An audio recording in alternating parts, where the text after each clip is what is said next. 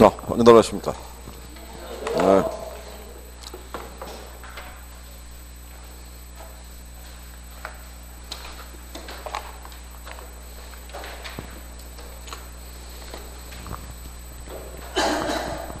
요약집은 뭐 지금 받으셨을 테고, 5월하고 6월이 전체가 9주가 나와요. 9주가 나와서 오늘 쉴까라도 생각해 봤는데, 여러분들이 3월에 좀 쉬었기 때문에, 그래서 쉬는 것보다는 그냥 하는 게 나을 것 같아서, 오늘 수업은 긴 시간은 안 해드리고, 한 3교시 정도 하고, 오늘 간단하게 테스트하고, 그리고 보낼 테니까. 에? 뭐요? 아니, 그냥 편안하게. 답제 이름 안 적어도 되니까. 어?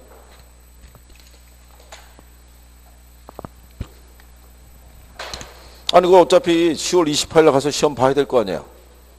그쵸?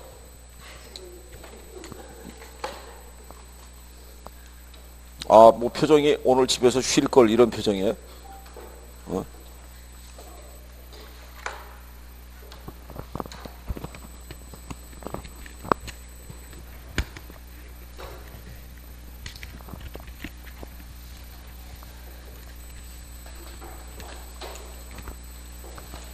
요약집으로 수업해 드릴 때, 경제편을 끝나고 나면요. 이게 챕터 2가 되죠. 예, 얘가 끝나고 나면 챕터 6을 먼저 해 드릴 거예요. 정책 가기 전에. 그러니까 개발하고 그 지대론하고 입지론 있죠. 예, 그쪽을 먼저 땡겨서 해 드릴 테니까. 예, 그래서 거기 정리하고 이어서 정책 이렇게 갈 테니까. 앞에 총론이 있는데요. 총론은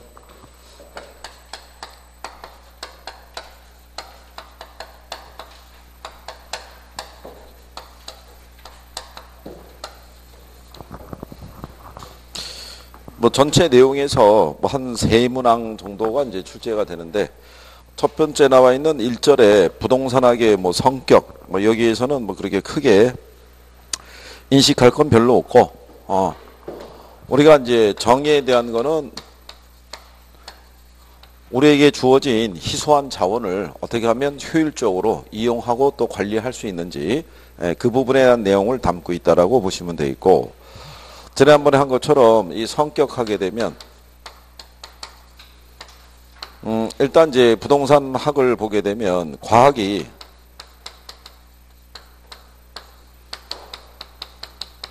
순수 과학과 응용 과학으로 분류할 수 있으면 부동산학은 어디에 해당한다고 그랬어요? 응용 과학에 해당이 되고 순수 과학은 아니다. 그러니까 순수 과학은 이게 학문적인 관계에서의 접근이다라고 생각하시면 돼요. 그렇죠?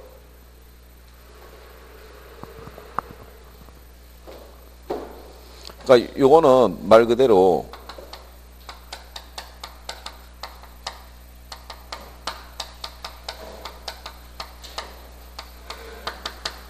뭐 우주과학이나 지구과학과 같이 우주가 어떻게 생성이 됐고 지구가 어떻게 생성이 됐고, 요거는 단지 순수한 학문적인 관점에서의 접근일 뿐인 거예요.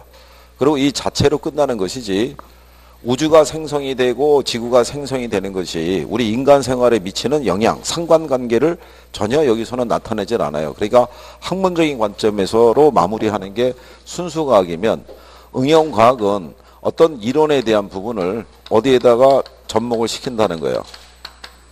현실적인 문제를 해결하는데 반영을 하는 것이기 때문에 무슨 과학이다? 응용과학이다라고 얘기를 하는 거예요. 그러니까 일단 이 부동산학은 단순히 이론으로만 끝나는 게 아니라는 얘기예요. 그 이론에 대한 내용을 가지고 현실적으로 발생하는 문제를 해결한다는 차원에서 무슨 과학의 성격을 갖고 있다. 응용과학. 그래서 순수과학이라는 표현이 나오면 틀리는 거예요. 부동산학에서는. 그 다음에 부동산학은 무슨 과학이라고 얘기를 해요? 네, 경험과학이라고 얘기를 해요. 부동산학은 추상적인 논리를 취급하는 학문이 아니라 역시 현실 문제를 취급하고 다룬다는 점에서 무슨 과학이다? 경험과학이다라고 얘기를 해요. 그러니까 여러분들이 알고 있는, 예를 들어서 부동산 가격의 상승, 전세금에 대한 인상, 뭐 이런 문제 등은 우리가 현실적으로 직접 부딪히는 문제잖아요. 그죠? 눈에 보이지 않는 게 아니라 우리가 실제로 피부로 느낄 수 있는 그런 파트를 취급한다는 점에서 무슨 과학이라고 그랬어요?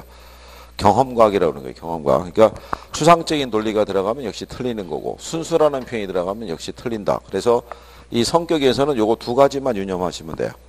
두 가지가 들어오면 틀리다라고 이렇게 생각하시면 되고 무슨 말인지 아시겠죠? 예.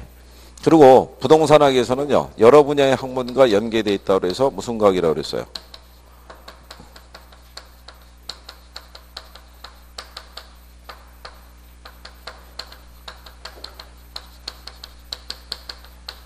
종합과학이고 또 부동산학은 무슨 과학이라고 그랬어요? 규범과학이라고 그랬어요. 그죠? 자, 우리가 지난번에 그렇게 얘기했어요. 몸이 안 좋으면 병원에 가죠.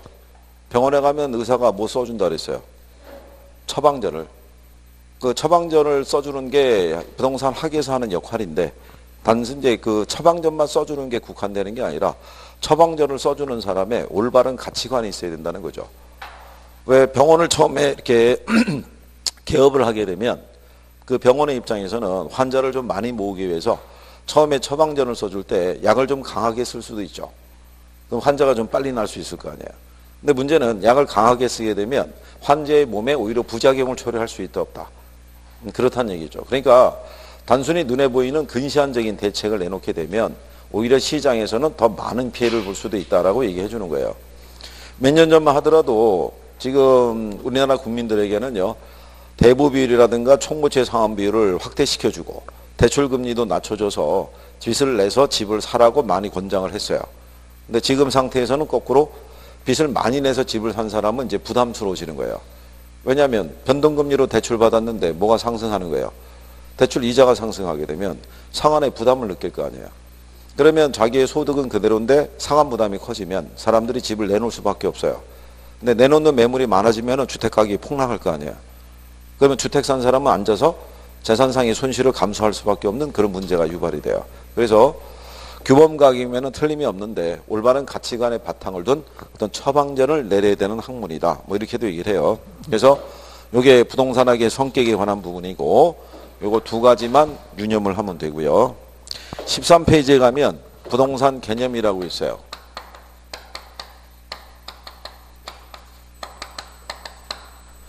여기는 시험상에서 인용이 되니까 우리가 그때 별표를 했었어요. 그죠? 기억하시나요? 자, 개념이 이렇게 구분이 돼 있을 때 우리가 지난번에 기술적, 그 다음에 경제적, 그 다음에 법률적 이렇게 해서 세 가지로 구분을 했었어요. 그죠? 네, 세 가지로. 그래서 기술적 개념의 분류는 토탈 몇 가지로 나눌 수 있다. 기술적 개념은 몇 가지로 나눌 수 있다. 에? 일단 모르면 몇 가지라고 그랬어요. 네 가지. 이거 네 가지 있다 그러죠. 네 가지. 뭐 있어요? 에? 이거. 이래서 이게 공간, 자연, 환경, 위치 이렇게 해서 몇 가지 있다 그랬어요. 네 가지로 우리가 분류할 수 있었고 경제적 개념은 몇 가지로 분류할 수 있었어요. 에? 일단 네 가지 출발해서 선생님 반응이 없으면 다섯 가지 그러면 거의 90%가 맞는다고 그랬잖아요. 그죠? 이거 에? 이거 시험에 나오잖아요. 이거 시험에 이런 시험에 구분은 해야 될 거 아니에요. 그죠? 이거 이렇게 해줬잖아요.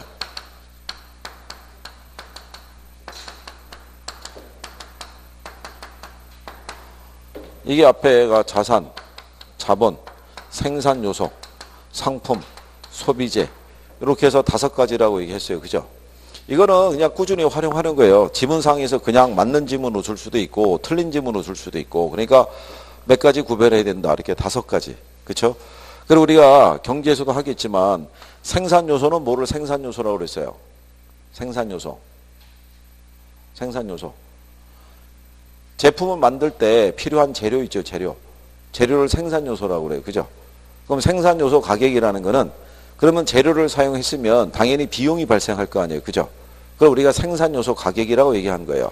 그래서 노동에 대한 대가로 주는 게 임금이고 자본에 대한 대가로 주는 게 이자, 토지에 대한 대가로 주는 게 지대 뭐 이런 얘기잖아요. 그래서 생산 요소 가격이 변하면 공급에 영향을 주죠. 생산요소 가격이 상승하면 공급량이 줄을 거 아니에요. 생산요소 가격이 하락하면 공급이 늘어날 거고. 그렇죠?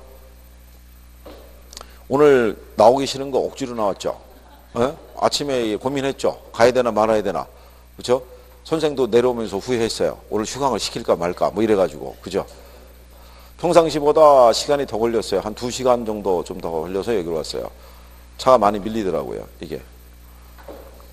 그래도 오늘 수업을 조금 나가줘야지 나중에 뒤에 여러분들이 편해요. 우리가 시간도 활용을 할 수 있고 9주가 걸렸을 때는. 오늘 만약에 쉬었으면 역시 또 여전히 8주인 거예요. 그리고 2주를 쉬게 되면 여러분들이 그동안에 배웠던 게 거의 사라져요. 그게 리스크가 있어서. 그래서 오늘 일단 수업은 하는 거예요. 자, 그 다음에 지난번에 얘기했어요. 자산으로 인식하는 토지가 있고 생산요소로 인식하는 토지가 있으면 어느 게 더 대체재가 많아요. 자산으로 인식할 때와 생산요소로 인식할 때 어느 게 더 대체재가 많다. 에?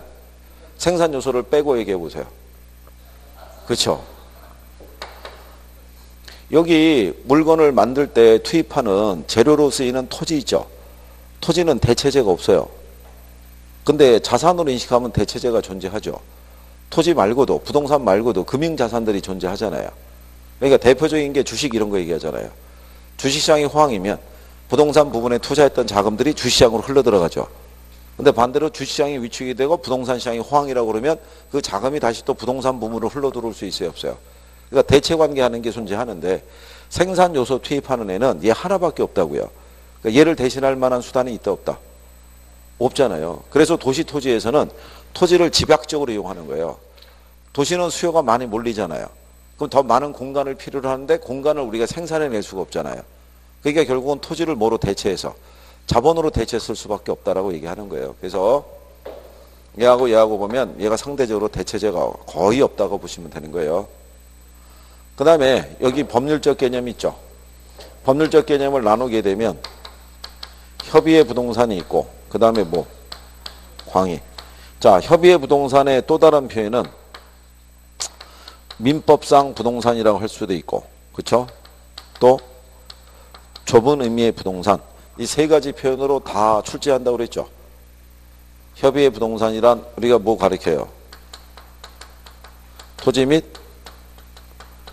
정착물. 민법상의 부동산도 토지 및 정착물. 좁은 의미의 부동산도 토지 및 정착물. 다 같은 표현이라고 그랬어요. 그죠? 이거 기억하시죠? 네. 근데 여기서 이제 우리가 정리해야 될 게 요 정착물이 있다 그랬어요. 정착물 중에 보면 토지로부터 독립된 애로 간주된 애들이 있고 그냥 토지 일부로 간주하는 애들이 있다 그랬죠. 여기서 독립된 애로 간주한 애들을 구별할 수 있어야 된다라고 얘기했어요. 그죠? 독립된 걸로 간주할 수 있는 애들이 뭐가 있어요? 거기 가면 건물 있잖아요. 또 그때 칠판에 적어줬잖아요. 이거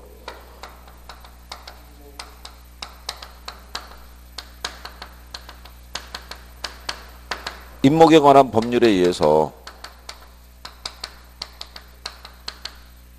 소유권 보존 등기된 수목 있죠.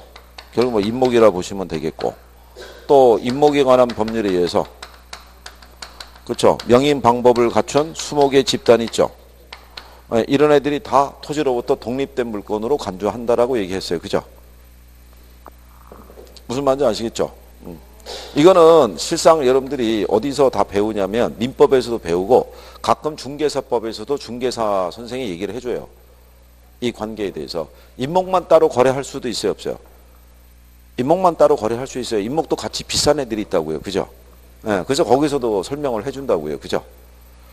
근데 그 내용은 중개사법이나 민법에서 나올 만한 수준은 아니고 어디서 낼 수 있다는 거예요? 학개론에서 간단하게. 그죠? 지금 여러분들이 대답을 제대로 못하는 거 보니까 낼만도 하잖아요. 그죠? 네? 그래서 이거 정리해야 되고 그 다음에 일부로 간주하는 애들도 있죠. 뭐 돌담이라든가 또 도로라든가 이런 애들은 그냥 토지화 돼버린 애들이니까 그냥 토지의 일부로 간주하는 거죠. 얘들은 한번 설치되거나 연결이 되면 토지로부터 분리해서 존재하지 않잖아요. 그죠? 그걸 우리가 얘기하는 거예요. 그래서 요거 구별하는 게 필요하다. 이제 그런 정도 구별하시면 돼 있고 그 다음에 이제 뒷장에 넘어가시면 거기 참고란에 우리가 구성이 돼 있을 때 그것도 우리가 이제 수업할 때 정리를 해드렸었어요. 그죠? 네, 그건 뭐 나중에 뭐 해도 되고요. 일단 여기 먼저 옆 페이지에 가시면 광해 부동산이라고 있죠. 15페이지에. 자, 광해 부동산이라는 거는 협의의 부동산에다가 준 또는 의제 부동산. 그러면 이게 앞에 준이 붙었다는 얘기는 뒤에 있는 애는 아니라는 얘기예요. 그죠? 부동산은 아니지만 얘처럼 취급당하는 애들이 있죠. 그 특수한 동산이라고 보면 되죠. 걔들을 우리가 무슨 부동산? 준 또는 의제 부동산이라고 얘기를 해요. 그래서 넓은 의미의 부동산에는 얘들도 포함시키는 거예요. 그죠? 그러면 얘들도 개별법에 의해서 별도의 등기라든가 등록에 공시수단을 갖추고 있죠. 그렇죠? 그럼 별도의 얘네들도 등기 또는 등록이 가능하도록 해주는 이유는 뭐 때문에? 그렇죠. 담보물로서의 가치를 부여하는 거예요. 공장재단이나 광업재단이나 재단을 구성하는 이유는 담보물로서의 가치를 부여하기 위해서 재단을 형성을 해준 거예요. 그죠? 그러면 얘들이 담보물로서의 가치가 있다는 얘기는 얘네들이 저당권의 대상이 된다는 얘기잖아요. 그죠? 저당권의 대상이 된다는 얘기는 감정평가의 대상도 된다고 그랬죠. 담보가치를 추계할 수 있는 대상이 되잖아요. 그러면 이게 평가의 대상이 되면 얘들은 부동산학의 연구 대상에도 포함이 된다라고 얘기했어요. 그죠? 기억하시죠? 부동산학의 연구 대상에는 활동하고 현상 이런 게 있다고 그랬죠. 에? 이게 활동이니까 감정평가가. 그러니까 얘들도 부동산학의 연구 대상에 포함이 되는 거예요. 여기 있는 애들도. 괜찮아요. 이게 처음에 하면은 다 그래요. 이거 지금 우리가 수업 두 번째 돌아가잖아요. 그죠? 예, 두 번 돌아가고는 쉽지 않고요. 한 예를 들어서 대여섯 번 이렇게 쭉 돌아야 돼요. 계속. 그래야지 반복적으로 들어야지 내용이 익숙해지고 정리가 되기 시작해요. 그러니까 지금 뭐 모의고사 나오는 성적이나 이런 것들은 그냥 참고 자료일 뿐이에요. 그러니까 그런 거 아직은 뭐 성적에 크게 연연하지 않으셔도 돼요. 우리는 10월 28일만 성적이 나오면 돼요. 1년 내내 죽을 쓰다가도 그날만 성적이 나오면 그냥 이 바닥을 뜰 수 있는 거예요. 그죠? 어? 그래서 얘들도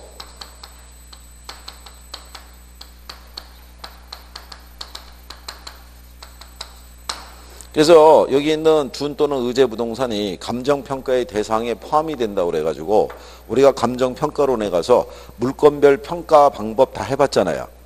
기억하시나요? 자동차는 무슨 법으로 구하고?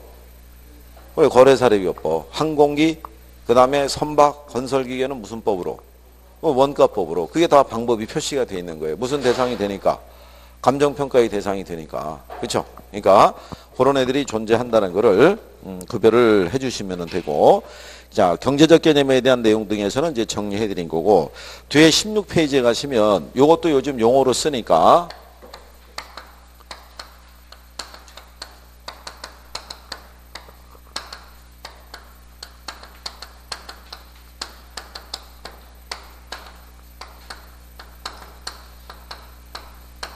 이렇게 돼 있을 때 시험상에서는 요거 두 가지까지는 인용을 해줘요. 그죠?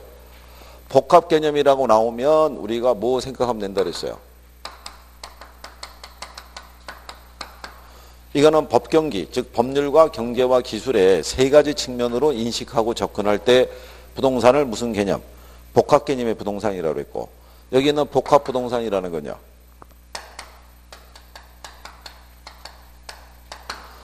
토지와 건물이 결합되어 있는 상태 있죠. 또는 토지와 인목이 결합되어 있는 상태의 부동산들이 있어요. 그죠? 근데 각각 별개의 물건으로 취급해야 하네요. 우리가 여기서 보면 인목에 관한 법률에서 소유권 보존 등기된 수목이 있으면 얘들도 별개의 물건으로 취급하는 거죠. 그렇잖아요. 여기 토지와 건물이 있으면 우리가 별도의 등기하니까 별개로 취급할 거 아니에요. 근데 실제로 시장에서 거래될 때는 따로따로 거래하는 예는 그렇게 크진 않다고요. 대부분 일체로 이용하거나 일체로 거래되는 경우가 많을 거 아니에요. 그런 상태의 부동산을 무슨 부동산? 복합부동산 이렇게 표현하는 거예요. 그렇죠? 무슨 말인지 아시겠나요? 그래서 여러분들이 간평에 가게 되면 토지의 가치를 평가할 때는 공시지가 기준법을 쓰죠. 건물을 평가할 때는 원가법을 쓰죠. 근데 일괄에서 할 때는 무슨 법을 써요? 거래사례비법을 쓴다고요. 일괄에서. 그런 논리랑 똑같다고요. 그러니까 얘들이 얘 따로고 얘도 따로예요. 따로따로인데 실상은 거래할 때 같이 거래하잖아요. 그러니까 얘네를 일체로 평가할 때는 거래사례비법을 쓰는 거예요. 일체로 거래한 애들이 사례 구하기가 쉽잖아요. 무슨 말인지 아시겠죠? 그런 의미란 말이에요. 그래서 토지와 건물이 각각 별개의 부동산으로 취급을 하면서도 막상 얘들을 이용하거나 거래할 때는 일체로 우리가 취급하잖아요. 하나의 물건처럼. 그런 부동산은 무슨 부동산이 난다? 복합부동산. 그렇죠? 그러니까 여기 두 개까지는 지문에서 썼어요. 출제를 했다고요. 근데 여기 앞에도 얘도 복합이고 얘도 복합이잖아요. 그러면 순간적인 착각 이런 게 나올 때가 있을 거 아니에요. 그 순간에 문제 풀 때. 그러니까 그것만 잘 유념하라는 얘기예요. 그것만. 얘는 주상복합 이런 거 얘기하는 거니까. 주상복합이라는 거는 하나의 건물에 두 개 이상의 용도가 결합된 애들을 우리가 주상복합이라고 그랬죠. 네, 그런 개념으로. 그렇죠? 그래서 거기 16페이지에 그 용어 정도는 구별을 해두시면 선생들이 또 모의고사를 내거나 할 때 그걸 활용할 수 있으니까 정리해 두시면 된다. 이런 얘기죠. 그렇죠? 자, 그 다음에 그럼 일단 여기 개념에 왔잖아요. 개념에 오게 되면 일단 이렇게 세 가지로 나눠지고 있는데 기본적인 개념이 서로 다르다고 그랬잖아요. 이거. 그래서 출제자들이 출제할 때 이거 구분할 수 있느냐를 출제한다고 그랬죠. 제목을. 그래서 제목을 우리가 구별을 해드린 거고 4개, 5개. 그 다음에 법률적인 관계에 봤을 때는 자 여기 협의의 부동산에 보게 되면 얘는 민법상 또는 좁은 의미로 표현할 수 있는데 얘는 토지 및 뭐로? 정착물로. 근데 정착물을 보면 독립된 걸로 보는 애가 있고 일부러 간주하는 애들이 있을 때 얘가 중요한 애들이니까 독립된 물건으로 간주하는 애들의 종류가 어떤 것들이 있는지를 내가 구별할 수 있으시면 되고 무슨 말인지 아시겠죠?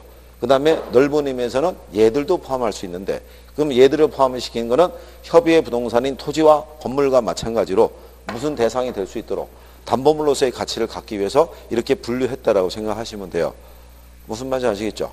그리고 용어상에서 요거 추가적으로 구분 정도만 하면 된다. 이렇게 인식하시고 옆에 이제 17페이지에 가시면 네? 어느 거예요?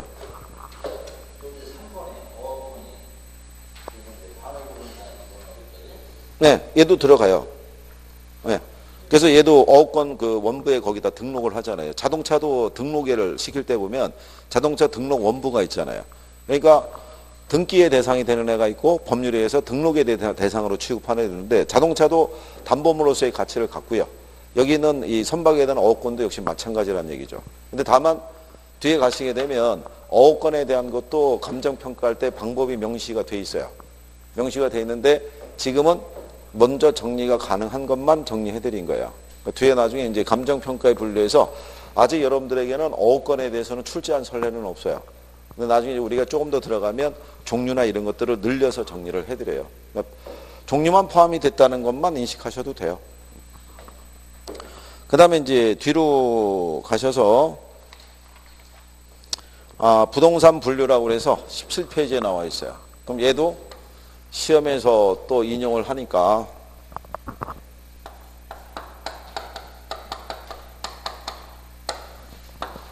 자, 분류해 보게 되면 제일 먼저 국계법에 의해서 분류된 것 있죠.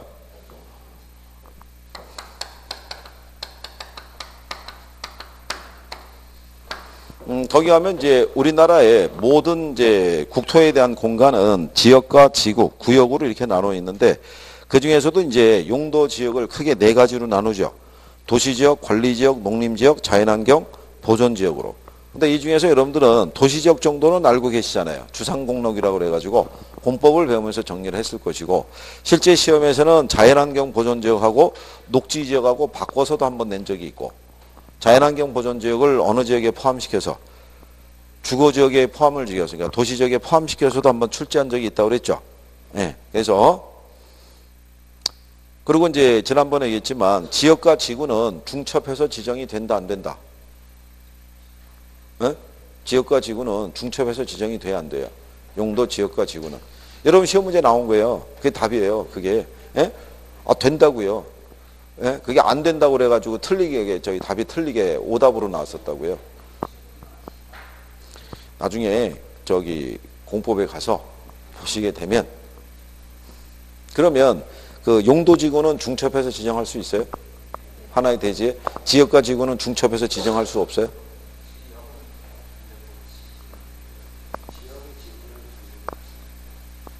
그래서 그 여러분 시험에 나온 게 용도 지역과 그 다음에 용도 지구는 중첩해서 지정이 가능하냐 불가능하냐를 물어봤던 게 기출에 나왔었어요. 그게. 그러니까 나중에 공보 선생님에게 꼭 한번 확인해 보세요. 엘모 선생님에게. 그리고 공보 선생님이 그 양반 성품을 알고 있죠. 상당히 선비 같은 스타일인데 그 양반이 또 열받으면 무서운 사람이에요. 그러니까 틀림없이 한번 혼날 수도 있을 거예요. 그때 가서 물어보세요. 자, 그래서 그 정도까지. 아니 그리고 기존에 왜 오후에 기출하던 분들 있죠. 기출 문제 이렇게 쭉 보시다 보면 네, 그런 내용들에 대해서 출제자들이 활용을 해요. 근데 그런 내용을 공법에서 출제할 만한 난이도는 아니고 어디서? 학개론에서. 여러분들이 지난번에 그런 거랑 똑같아요. 이게 소유권 있죠. 저당권 있죠. 우리나라 민법에서는 이 소유권과 저당권, 이 저당권을 분리해서 거래할 수 있도록 허용을 해야 하네요. 에? 아니, 그러니까 우리 민법에서는 이거 분리해서 거래할 수 없도록 돼 있다고요. 따로 거래할 수가 없도록. 근데 학개론 시간에 이걸 물어보면 대부분 뭐라고 하냐면 된다고 얘기하는 거예요, 이게. 민법에서는 안 된다고요. 민법에서는. 그래서 생각해 보세요. 여러분들이 예를 들어서 갖고 있는 소유권에 저당권이 설정이 돼 있는데 저당권만 따로 거래할 수 있냐고요. 걔만 따로. 걔만 따로 현금화해서 거래할 수는 없다고요. 민법상에서는. 물건은 본권을 떠나서는 존재할 수 없으니까 움직이면 같이 가야 된다고요. 이게. 얘만 따로 거래할 수는 없다고요. 근데 여러분 시험에 그걸 낼 수 있다고요. 현행 민법에서는 이렇게 나가면서. 그러면 또 순간적인 착각이 발생하면 그럴 수도 있지 이렇게 하면 틀린단 말이에요. 그러니까 출제자들은 여러분들이 착각하기 쉬운 쪽에서 지문을 구성을 해주는 거예요. 어려운 거를 줘서 틀리게 하는 게 아니라. 그러면 여러분들이 어디선가는 듣기는 다 들은 거예요. 들었는데 틀림없이 그렇다고요. 공법에서도 지역과 지구가 중복해서 지정이 된다 안 된다가 공법상에서는 크게 이슈가 될 만한 논리가 아니니까 선생님이 간단하게 얘기하고 넘어갈 거라고요. 그냥. 그런데 학개론에서는 그게 맹점이 될 수 있다고 보고 지문으로 깔아주는 거예요. 그러면 우리는 또 가서 틀리는 거예요. 그게. 그래서 가끔 가다가 공법적인 용어를 많이 활용하는 이유가 그렇다고 생각하시면 돼요. 그래서 어쨌든 거기 국외법상의 분류관계도 일단 알아는 두셔야 되고 그 다음에 두 번째 가게 되면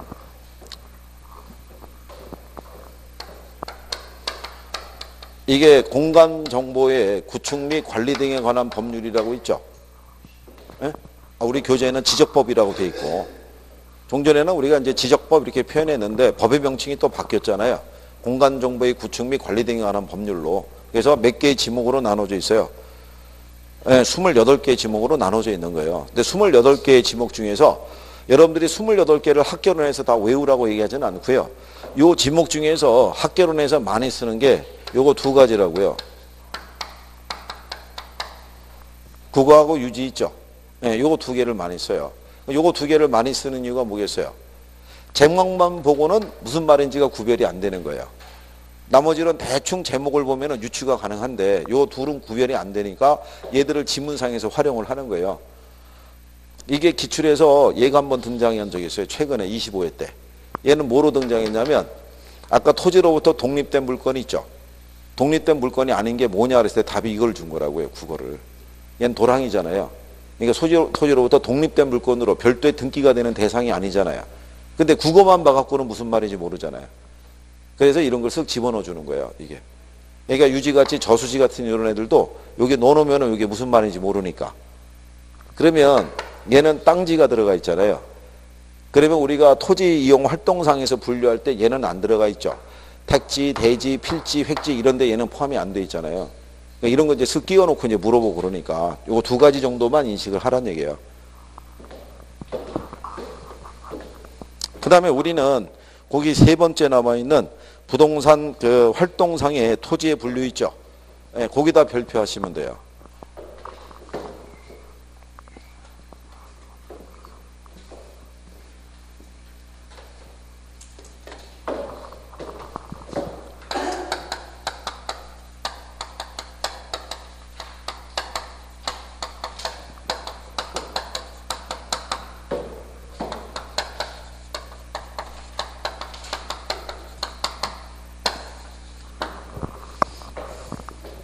자, 우리 교재에서는요, 부동산 활동상의 토지의 분류 이렇게 되어 있는데, 우리는 이 활동상 분류해 보면은 토지의 분류가 있고, 뒤로 넘어가면 주택의 분류도 있어요. 그죠?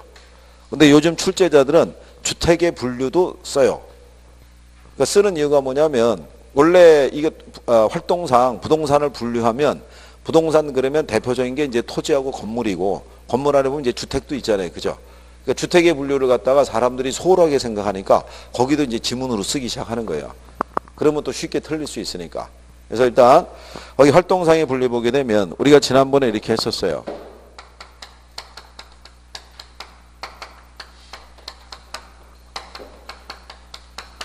자, 대지하고 택지하고 부지가 있을 때 여기서 얘기하는 대지는 건축법상의 대지는 아닌 거예요. 그죠? 건축법상의 대지는 얘보다는 더 포괄적이죠. 건축을 할 수 있는 땅을 무조건 걔네들은 대지라고 얘기하니까 농지나 임야더라도 이 형질 변경만 하면 얼마든지 건축이 가능하잖아요. 그런 애들을 다 걔네들은 건축법상의 대지라고 표현하는 거고, 여기서 얘기하는 대지는 지목이 뭐란 얘기예요? 지목이 대라고요. 대. 그렇죠? 그러니까 지목이 대라고 명시하게 되면 어떤 종류의 건축물만 건축할 수 있어요? 에? 주택하고 상가. 그러니까 얘는 건축법상의 대지보다는 좁은 의미인 거예요. 그죠? 그러니까 얘는 뭐만 지을 수 있는 땅이다. 예, 주택이나 원래 이제 거기 가면 주거나 이제 상업적인 용도의 건축물을 지을 수 있거나 이미 들어서 있는 땅을 얘기하는데 우리가 인식하기 좋게 그냥 주택과 뭐로 상가로 그냥 표시해 드리는 거고. 그럼 여기 있는 택지 있잖아요. 택지가 도시용 토지죠. 그러니까 얘는 주거나 상업이나 공업적인 목적의 용도로 이용 중이거나 이용이 가능한 토지를 택지라고 얘기하잖아요. 그러니까 우리가 그냥 이해하기 쉽게 얘는 여기에다가 모두 지을 수 있는 땅이다. 예, 공장도 지을 수 있는 땅이다라고 해서 이제 이렇게 포괄적으로 얘기해 드리고, 다만 얘를 구분하는 거는 얘는 지목상에서 장이잖아요. 지목이. 그쵸? 그러니까 공시법 시간에 배웠을 거 아니에요. 원래 지목의 그 부호를 표기할 때는 앞에 글자를 따는 게 원칙인데 얘가 뒷 글자가 나왔다는 얘기는 누가 이미 공을 썼다는 얘기잖아요. 그래서 얘가 이제 뒤에 글자를 써서 장으로 명시하는 경우고, 그러면 얘는 얘보다는 포괄적이잖아요. 좀 더 다양하게 쓸 수 있으니까. 근데 얘네들보다 더 포괄적인 애가 뭐예요? 부지죠. 이 부자가 이게 바닥 부자라고요. 그러니까 여러 가지 용도에 바닥에 제공되고 있는 토지를 뭐라고 그래요? 부지라고 얘기하는 거예요. 그러니까 얘네들은 주택이나 상가나 공장을 지을 수도 있고 그 외에 건축이 불가능한 수도용지나 철도용지나 도로 등의 용도에 제공되고 있는 바닥 토지를 뭐라고 그런다? 예, 그걸 부지라고 얘기하는 거예요. 그러니까 제일 포괄적인 애가 뭐다? 부지다 이렇게 보면 되죠. 그러니까 얘네들은 이렇게 무슨 용지로도 쓸 수 있고, 예, 건축 용지로 쓸 수 있고 그 외에 수도용지라든가 철도용지라든가 그 다음에 도로 등의 용도로 사용되고 있는 바닥 토지를 뭐라고 그런다? 부지 이렇게 얘기하죠. 그래서 여러분들 실전에서는 얘를 건축 용지로만 쓸 수 있다 그러면 당연히 틀리겠죠. 예, 그래서 그거까지 기억을 해 두시면 되고, 그 다음에 후보지가 있고 뭐가 있어요? 이행지가 있어요. 근데 제가 이거 왜 이렇게 제목을 자꾸 이렇게 묶어주냐면요, 나중에 이것만 바꿔줘요. 뭐만? 제목만. 내용을 어렵게 주기가 쉽지 않으니까 뭐만 싹 바꿔서. 그러니까 두 개를 묶어서 정리하는 게 필요해요. 그래서 우리가 적을 때마다 보면 후보지, 이행지, 필지, 획지, 나지, 건부지, 맹지, 대지 이런 식으로 묶어주잖아요. 계속. 그러면 출제자들이 거기서 그 제목만 바꿔서 오답을 유도하니까, 그러니까 묶어서 정리하는 게 제일 편한 거예요.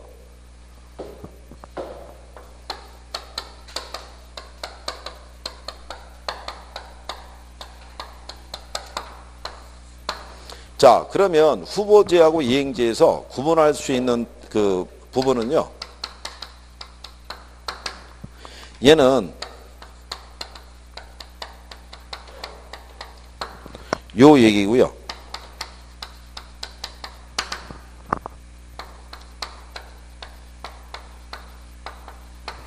요거 두 가지예요. 지역 간의 전환 중인 애는 뭐라고 얘기하고? 후보지. 지역 내에서 용도 변경이 진행이 되면 걔를 뭐라고 한다? 이행지라고 얘기하는 거예요. 요거 바꿔주는 거예요. 그러면 얘네가 전환 중이다. 그렇죠?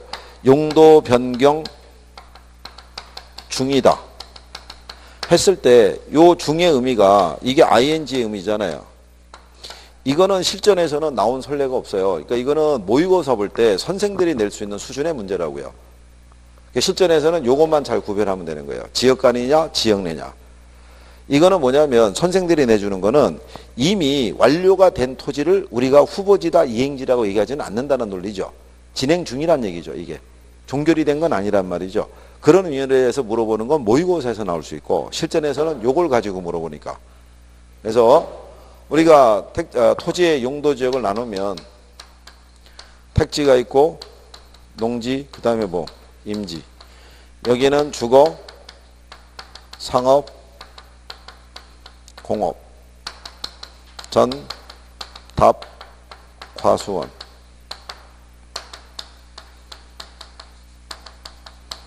용재림 그 다음에 신탄님. 신탄님은 언어 순화 과정에서 연료림이라고도 써요. 지난번에 말씀드렸지만 이게 다 일본식 표현이니까.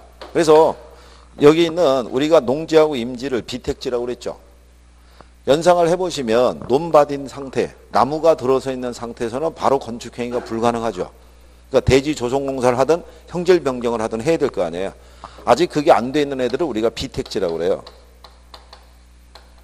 이렇게 비택지에서 무슨 상태로?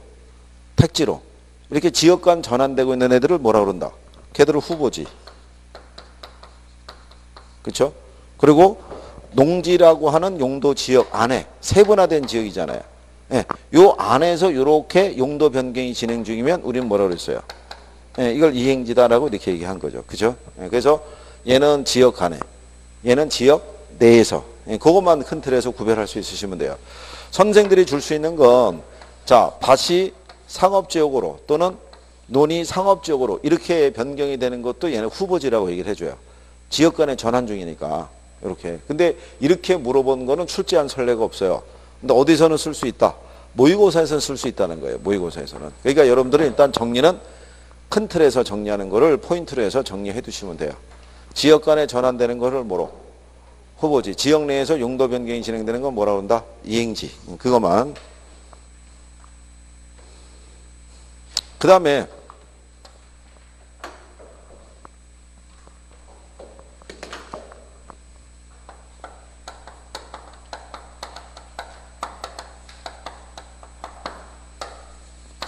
필지하고 뭐가 있어요? 획지가 있어요. 그죠? 여기 요 필이라는 것은요. 세필이라고 그래요. 그죠? 가느다란 붓 있죠?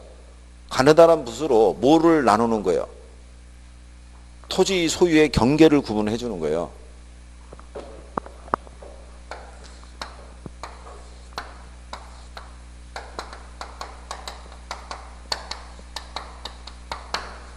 자, 필지라는 것은요. 토지 소유자의 이 권리를 구분해 주게 한 거죠. 그래서 얘가 토지 등기의 한 단위잖아요. 그게 뭐다? 필지잖아요. 필지. 그래서 얘는 법률적인 관계에서 토지 소유자의 뭐가? 권리를 구분하게 한 개념이 바로 뭐예요? 필지 개념이고, 얘는 획지라는 것은 얘보다는 규모가 좀 크다란 얘기죠. 일단의 토지니까 여기에 이 획자라는 것은 이제 굵은 획자라고 생각하시면 돼요. 경계를 구분할 때. 그래서 얘는 뭐를 구분하게 한 거예요? 얘는 가격 수준을 구분하기 위한 평가상의 용어라고요. 우리가 지난번에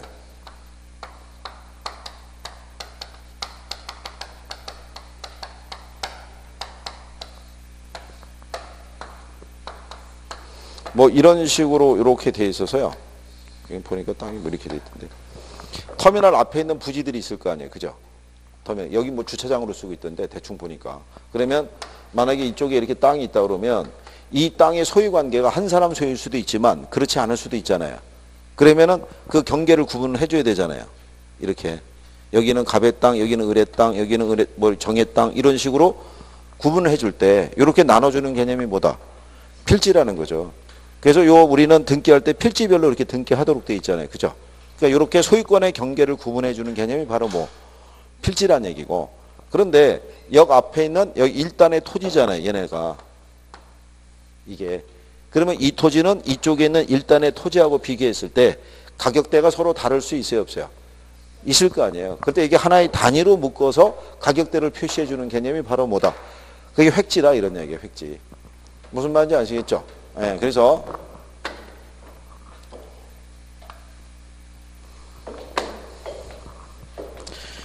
거기 보시면 그 획지에 한 필지의 토지가 2개 이상의 획지가 될 수도 있고 둘 이상의 필지가 하나의 획지가 될 수도 있다라고 표현이 되어 있죠. 그걸 여러분들이 간평에서 이거를 배우신 거라고요.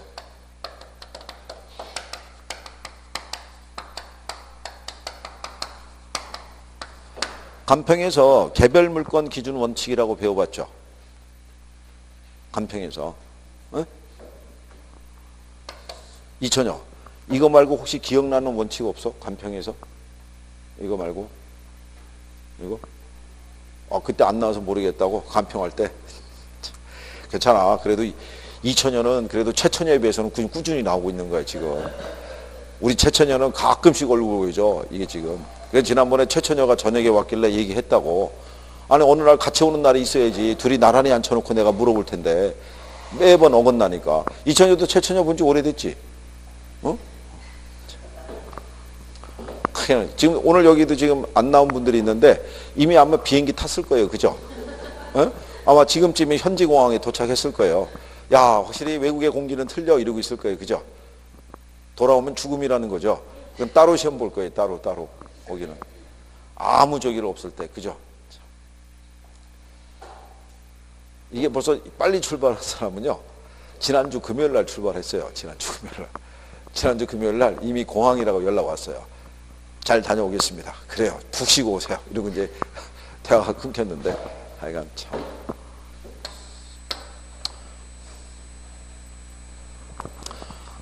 지금 5월하고 6월이 여러분들이 되게 중요해요.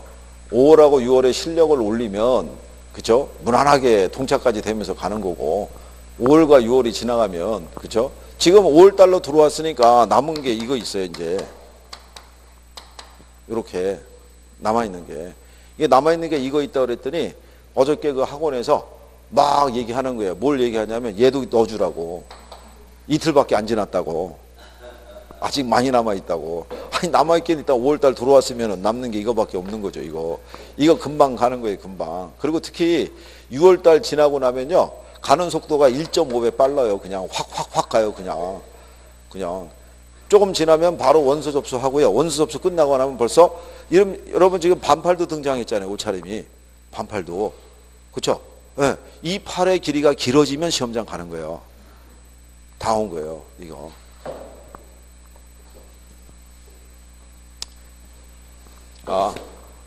우리가 그때 감정평가는 이게 원칙이라고 그랬어요. 무슨 평가가? 개별평가가. 그 왜 개별평가가 원칙이냐면 위치가 틀리잖아요. 위치가. 그렇죠? 개별청에서. 그래서 무슨 평가가 원칙이다? 개별평가가 원칙인데 그런데 물건에 이용하는 상태를 봤을 때는 예외적으로 이 평가도 할 수 있다고 그랬어요. 일괄평가도 할 수 있고 무슨 평가? 구분평가도. 원래는 얘네 필지별로 이렇게 평가를 해야 되는데 여기 있는 이 필지 애들이 하나의 공장 부지로 제공되고 있는 거예요. 이렇게. 그럼 얘네 따로따로 평가할 필요가 없잖아요. 그럴 때는 무슨 평가한다? 일괄평가한다. 그러니까 두 개의 필지가 하나의 획지로 이용되고 있잖아요. 그러면 이럴 때는 무슨 평가? 일괄평가하고 여기 앞에 도로가 있는데 도로 전면은 상가로 쓰고 있고 이면은 주택으로 쓰고 있으면 하나의 필지에 두 개 이상의 획지가 있잖아요. 그럴 때는 구분해서 평가할 수도 있다. 그 얘기죠. 그게 거기 우리 교재에 나온 곳 있죠. 획지 밑에. 그렇죠? 작은 박스에 또 구분이 되어 있잖아요. 한 필지의 토지가 둘 이상의 획지가 될 수 있으며 이때 감정평가상 구분평가를 할 수 있고 둘 이상의 필지가 하나의 획지가 될 수 있으며 이때 감정평가상 일괄평가를 할 수 있다. 이렇게 해놨잖아요. 그죠? 그래서 내용을 설명해 드린 거고 그 다음에 거기 나지하고 건부지라고 돼 있죠. 근데 우리가 지난번에 수업 시간에 설명해 드렸지만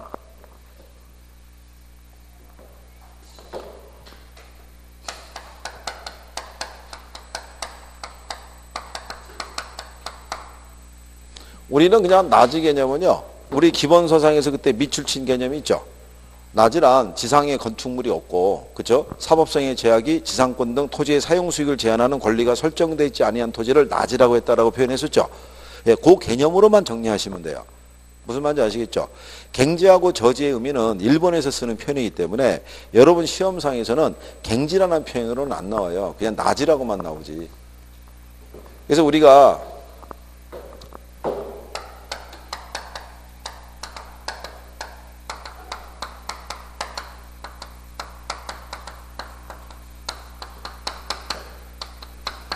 건축물이 들어설 예정인 토지 있죠. 뭐라고 그래요? 건축물이 들어설 예정인 토지. 낮이라고 그래요? 건부지라고 그래요? 낮이죠. 시험에서 이게 한번 인용한 거예요. 건축물이 들어설 예정인 토지를 건부지라 한다 이렇게 준 적이 있어요. 그러면 정확하게 생각을 못하는 사람은 맞는 표현이라고 생각할 거 아니에요. 건축물이 들어가 있으니까. 그러면 안 되고 건부지는 이미 건축물이 어떻게 돼요? 들어선 토지죠. 그렇죠? 네. 그래서 이때 낮의 개념은 뭐냐면 아까도 얘기했지만 공법상의 적용은 받지만 사용 수익을 제한하는 사적인 제한이 있죠. 저당권이나 이런 지상권이나 이런 것들이 설정되어 있지 아니한 토지를 뭐라고 한다? 낮이라고 우리가 얘기하죠. 그러면 낮이하고 건부지가 있으면 시장성을 기준으로 했을 때 어느 게 더 시장성이 좋다고 그랬어요? 낮이가 좋은 이유는 뭐 때문에? 에?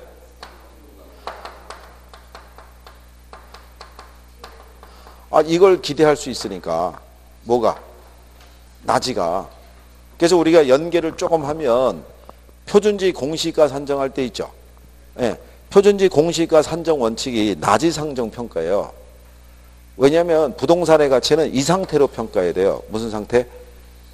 최유 이용 상태. 그래서 우리가 지난번에 이렇게 얘기했잖아요. 강남에 가면 테헤란로가 있는데 여기 토지 가치가 싸다 비싸다? 비싸면 거기에 맞게끔 이 주변의 토지용은 이렇게 돼 있다고요. 이게 고층의 오피스로. 그렇죠? 이렇게 쓰는 게 이 지역의 무슨 이용? 예, 이게 최유 이용인 거예요. 근데 여기 두 개의 토지가 있는데 A지가 있고 B지가 있어요. 근데 B지는 여기 지상에 한 3층짜리 건물이 있어요. 그렇죠? 그럼 얘는 뭐를 기대하기 힘들어요? 최이용이 힘들죠. 얘는 이미 들어가 있으니까. 건물이 들어가 있잖아요. 이렇게 해서 토지 가치가 싸게 평가되는 것을 건부 감가라고 그래요. 뭐 때문에? 건물로 인해서 토지의 이용 가치가 떨어지잖아요. 그죠? 무슨 말인지 아시겠나요? 근데 여기는 지금 아무것도 없으니까 얘랑 마찬가지로 이런 최유 이용이 가능하겠죠. 이게. 그래서 일반적으로 낮이가 건부지에 비해서는 뭐가? 시장성이 좋다고 얘기하는 거예요. 뭐를 기대할 수 있으니까? 최유 이용을 기대할 수 있으니까. 근데 항상 예외가 존재한다고 그랬죠.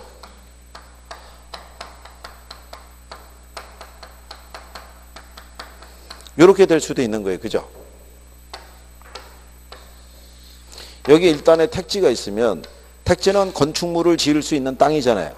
그렇죠? 여기는 건물을 짓는 게 최유 이용일 거 아니에요. 그러면 얘네들은 지금 이렇게 건물이 들어가 있어요. 그렇죠? 그 여기 지금 낮은 상태 아니에요. 건부지고. 그런데 용도 지역 지정이 달라지면서 여기가 그린벨트로 지정이 됐어요. 그죠? 그러면 건축이 제한이 되잖아요. 네, 그러면 얘네들은 시장성이 제한이 되죠. 일반적인 시장성은 건물을 지어야 되는 거니까. 그러면 이때 요 건물들은, 건부지는 낮이에 비해서는 어떻게 돼요? 가치가 높아질 거 아니에요. 그런 걸 건부 증가라고 얘기를 해요. 건물로 인해서 오히려 토지의 가치가 높아질 수 있다고 얘기하는 거예요. 무슨 말인지 아시겠죠? 그래서 일반적으로는 낮이가 좋으나 예외적인 경우도 있다 없다? 있다 이런 얘기죠. 그래서 그럴 때 이제 건부 증가하고 건부 감가라는 표현도 여러분들에게 출제를 한번 한 선례가 있어요. 그죠? 그래서 거기 건부지에 가게 되면 기억이 건부 감가가 있죠. 니은이 건부 증가라고 돼 있죠. 그래서 거기 표현되어 있잖아요. 개발 제한 구역이 지정된 지역의 건부지의 경우 낮이 가격보다 높은 가치를 가지게 되는데 이러한 경우를 건부 증가라고 한다 이렇게 표현해 놨잖아요. 그죠? 지금 예를 들어서 설명해 드린 거죠. 예, 그래서 그렇게 보시면 되겠고 그 다음에 맹지 밑에 가면 자료용 토지라고 돼 있죠. 그게 자료용 토지가 개겠죠. 대지, 그죠?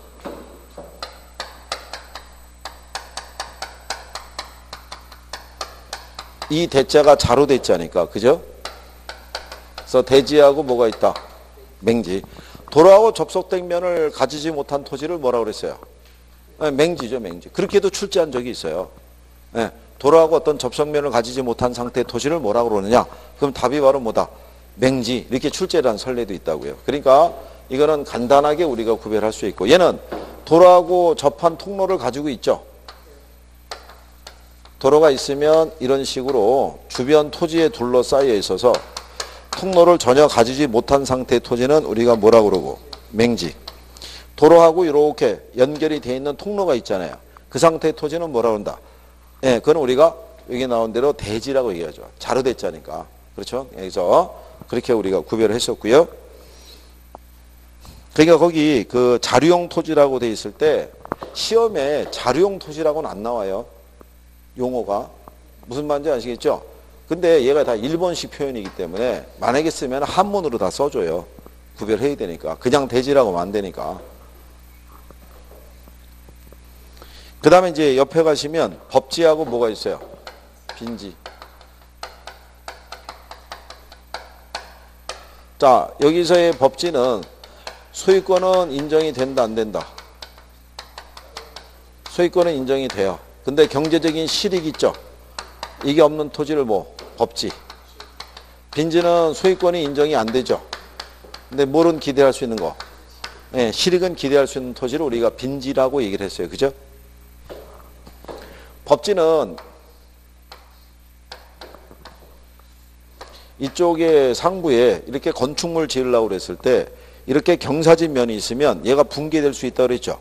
그래서 건축법에서 여기는 석축이나 옹벽을 이렇게 대도록 돼 있어요. 그럼 나중에 지적법에 의해서 소유권의 경계를 측량을 실시하면은 여기까지 인정해 준다 그랬죠. 여기까지. 그러면 이 경사진 면도 소유권의 범위에는 포함이 되잖아요. 근데 얘를 이용해서는 경제적 이득은 취하기가 어렵다라고 얘기한 거죠. 그죠? 이 상태의 토지를 뭐라 그랬어요? 법지. 그러면 빈지라는 것은 바닷가를 얘기를 하죠. 이렇게 돼 있다 그러면 이렇게 돼 있어. 너무 더 긴가요? 드러나야 되니까. 자, 썰물이고 밀물일 때 있잖아요. 그죠? 네. 이러다가 썰물 때에다 가면 쭉 빠져나오면서 드러나는 애들이 있죠. 얘들이 뭐겠어요? 이건 개펄. 이건 간석지라고 얘기하고. 그 위에 있는 이렇게 바닷가에 있는 이런 토지 있죠. 여기를 우리가 뭐로 쓰냐면 해수욕장 이런 걸로 쓰죠. 이 상태 토지를 뭐라고 한다? 이걸 빈지라고 그래요. 빈지. 그러니까 해수욕장 등을 활용해서 경제적인 이득은 취할 수가 있겠죠. 네, 그래서 시험상에서는 법지만 용어로 등장했어요. 법지 하나만. 그래서 그렇게 구별하시면 되고. 그 다음에 이제 뒤로 보면은 유의지하고 휴한지 있죠. 걔는 우리가 지난번에 어떻게 구별해 줬어요? 휴한지가 있고 유의지가 있으면 쉴 휴자가 앞으로 나오면 떳떳하게, 쉴 휴자가 뒤로 들어가면 비정상적으로 쉬게 하는 거라고 구별해 줬어요. 그죠?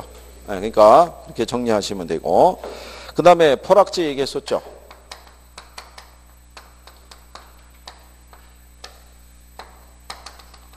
이렇게 수료가 흐르고 있을 때 수로 주변에 땅들 있죠. 여름에 비가 많이 와서 장마가 적어서 물이 넘치다 보면 이 수로 주변에 땅들이 이렇게 유실이 되면서 지금 물이 흐르는 쪽으로 이렇게 바뀌어버린 애들 있죠. 걔들을 뭐라고 그런다? 그걸 포락지라고 얘기를 했어요. 그 다음에 선화지라고 있죠. 네, 고압선 아래의 토지를 뭐? 선화지. 그 다음에 소지는 우리가 뭐를 소지라고 그랬어요? 이거. 이게 힐소자라고 그랬잖아요. 그러니까 자연 상태 그대로의 토지를 뭐라고 한다? 소지, 소지. 개발되기 전에. 그리고 이제 거기 보면 여기까지가 이제 토지의 용어에 대해서 우리가 분류를 정리한 거고, 두 번째로 정리할 수 있는 게 주택의 분류예요. 그죠?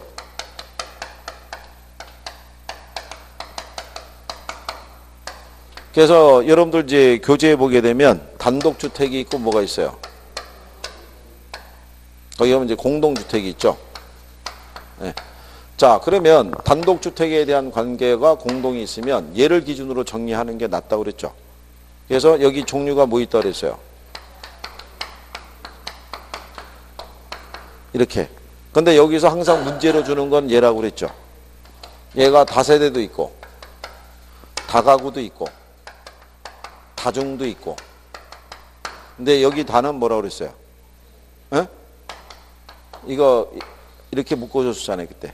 그렇죠? 그래서 그거 정도는 이제 구별을 할 수 있으셔야 되고. 자, 그다음에 이제 뒤로 넘어가시면 20페이지에 부동산 특성이라고 있어요. 그죠? 아, 그러면 지금 우리가 개념도 했고 뭐도 했어요. 분류도 했잖아요. 그럼 여러분들이 분류가 정리가 됐는지를 확인을 하기 위해서는 제목을 쭉 적어 보셔야 돼요. 근데 제목을 적을 때 묶어서 해놨으니까 묶어서 쓸 수 있는지. 그러니까 후보지, 이행지, 필지, 획지, 나지, 건부지, 대지, 맹지 이런 식으로 내가 쭉 적을 수 있으면 대충 거기에 구별이 된 거예요. 그러면 제목을 바꿔서 나오더라도 내가 구별을 할 수가 있는데 적을 수가 없으면 거기가 정리가 안 되는 거예요. 그러니까 연습을 한번 해보면 되겠죠. 쉬는 시간에 간단하게도 한번 쭉 적어볼 수 있으니까 그게 필요하다는 얘기고. 그러면 총론에서 주로 물어보는 게 개념하고요. 그 다음에 뭐하고? 분류하고 그 다음에 뭐 있어요? 특성이 있으면 개념이 한 10번 시험 보면은 대여섯 번 나온다 그러면 여기 있는 분류가 한 6, 7번 나와요. 얘가 조금 더 많이 나왔다는 얘기죠. 얘는 왜냐하면 물어볼 수 있는 논리가 조금 더 다양하니까 토지도 있고 주택도 있으니까 얘는 10번 물어보면 10번 출제하면 한 8번, 9번 이렇게 나오는 애가 특성이에요. 그러니까 출제 빈도는 뭐가 제일 높아요? 얘가 제일 높은 거예요. 그 다음에 얘, 그 다음에 얘. 무슨 말인지 아시겠죠? 그러니까 그 정도로 총론에서는 정리를 하면 돼요.